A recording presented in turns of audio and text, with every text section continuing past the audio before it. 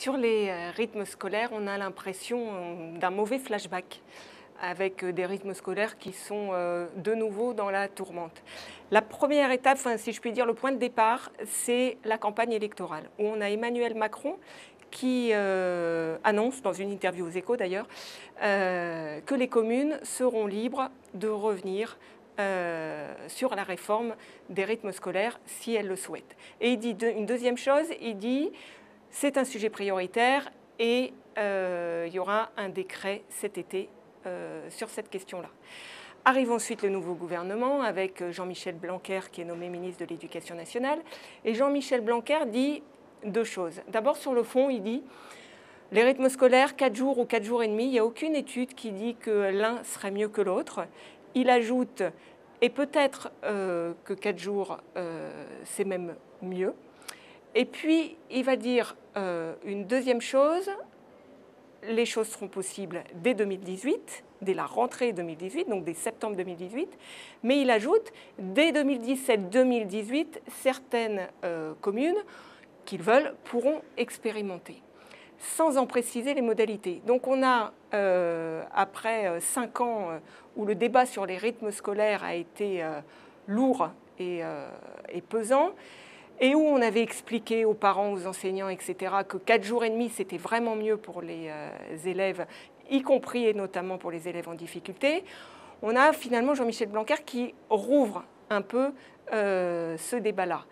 Et des communes qui s'engouffrent dans la brèche, des communes comme Marseille, des communes comme Nice, mais des plus petites communes aussi comme Élancourt ou Janvry, qui sont des petites communes qui avaient été le fer de lance de l'opposition à la réforme des rythmes scolaires en 2013-2014, qui s'engouffrent dans la brèche et qui disent « nous, on est prêts à y aller ».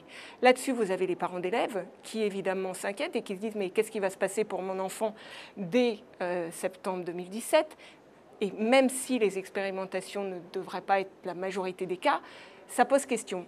D'autant que le ministère, pour l'instant, n'a pas précisé les modalités d'expérimentation. Jean-Michel Blanquer dit seulement une chose, que la concertation locale, finalement, aboutirait à une décision du responsable de l'éducation nationale, de l'inspecteur d'académie, et que ce sera lui qui tranchera. Face à ça, et à l'inquiétude des parents d'élèves, on a l'Association des maires de France qui dit dans les Échos de ce lundi eh ben nous, on ne sait pas quoi répondre à l'inquiétude des parents parce qu'on ne sait pas ce qui va se passer.